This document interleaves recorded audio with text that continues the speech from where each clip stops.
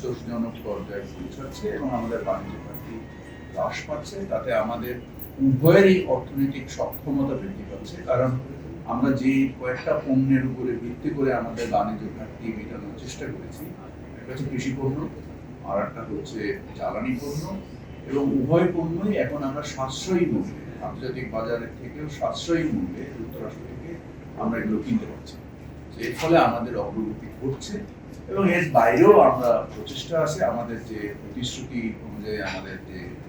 plane কেনা সহ আমাদের অন্য যে সো আমাদের যে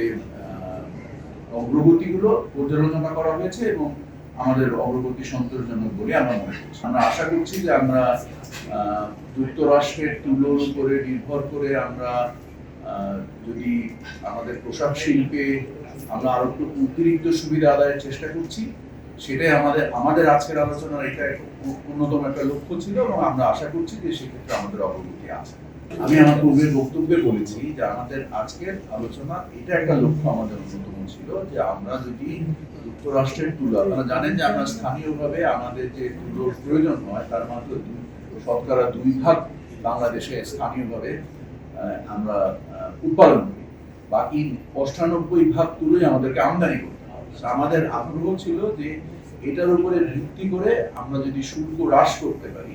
এবং আমরা প্রতিশ্রুতি পেয়েছি যে আমাদের যদি প্রতিশ্রুতি অনুযায়ী বাণিজ্য ঘাটতি হ্রাস করতে পারি, আমরা আমাদের